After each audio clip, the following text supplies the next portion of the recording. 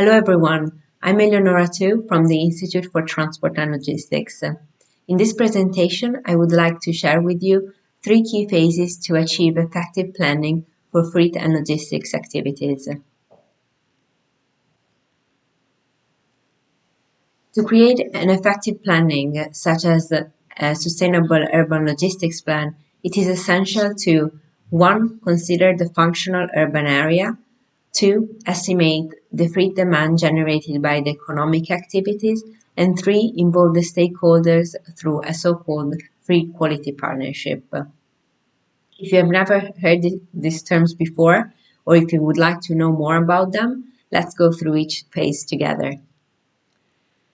So FUA stands for Functional Urban Area, and this is the first phase to consider the entire FUA. The definition itself was coined by the Organization for Economic Cooperation and Development, OECD. The OECD introduced FUAs to overcome limitations for international comparability of densely populated areas linked to the administrative borders. So inner urban centers are the usual and limited territorial target of public regulations. Actually, when we consider FUA, we take into consideration the functional transport and economic relations between the inner urban centers and the surrounding urban territories, as well as the transport and economic relations within FUAs not affecting downtowns. In the example, you can see the FUA of Bologna, which includes many municipalities and areas. Here, I would like to highlight that this FUA is not one municipality, but actually it comprises a series of small and bigger municipalities. The second step is the estimation of the freight demand generated by economic activities. Actually, this phase is composed of three steps itself. First of all, there is the characterization of the FUA and data collection. Then we have the freight demand and supply modeling, as a third part, the ex-ante evaluation of the urban freight transport scenarios. Particularly, I would like to emphasize what the first two are. The characterization of the FUA can be performed by different means of investigations, surveys, traffic counts, and it gives a dimension to the demand for urban freight transport services and to the supply as well, for example, services, operators, and infrastructures. A modeling approach can and should highlight the relations existing within the areas and among city logistics measures and actors. For example, it is possible to create three sub-systems to estimate the so-called origin-destination matrices by transport services.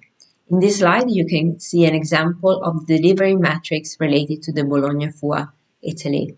So in this matrix, you can see the flows between the different areas identified within the FUA. The third phase is the freight quality partnership. And freight quality partnership, an FQP, are groups of is a group of transport operators and local authorities that come together to deal with matters of freight access and deliveries in a particular location. However, this definition is very limited because from our studies at the Institute for Transport and Logistics, we have identified some common features that these FQPs have. First of all, they are a formalized cooperation among public and private stakeholders. Then the stakeholders meet on a regular basis and debate questions of logistics in a structured way.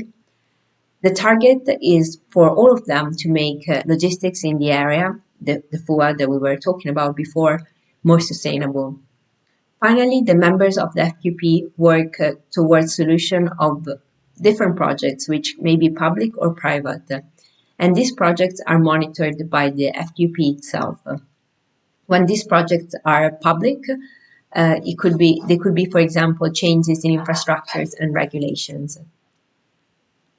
So I hope that through this presentation, I've given you an idea of why it is important to consider three steps: the functional urban area, the estimation of the freight demand, and finally the third one, to involve the stakeholders. Thanks so much for watching.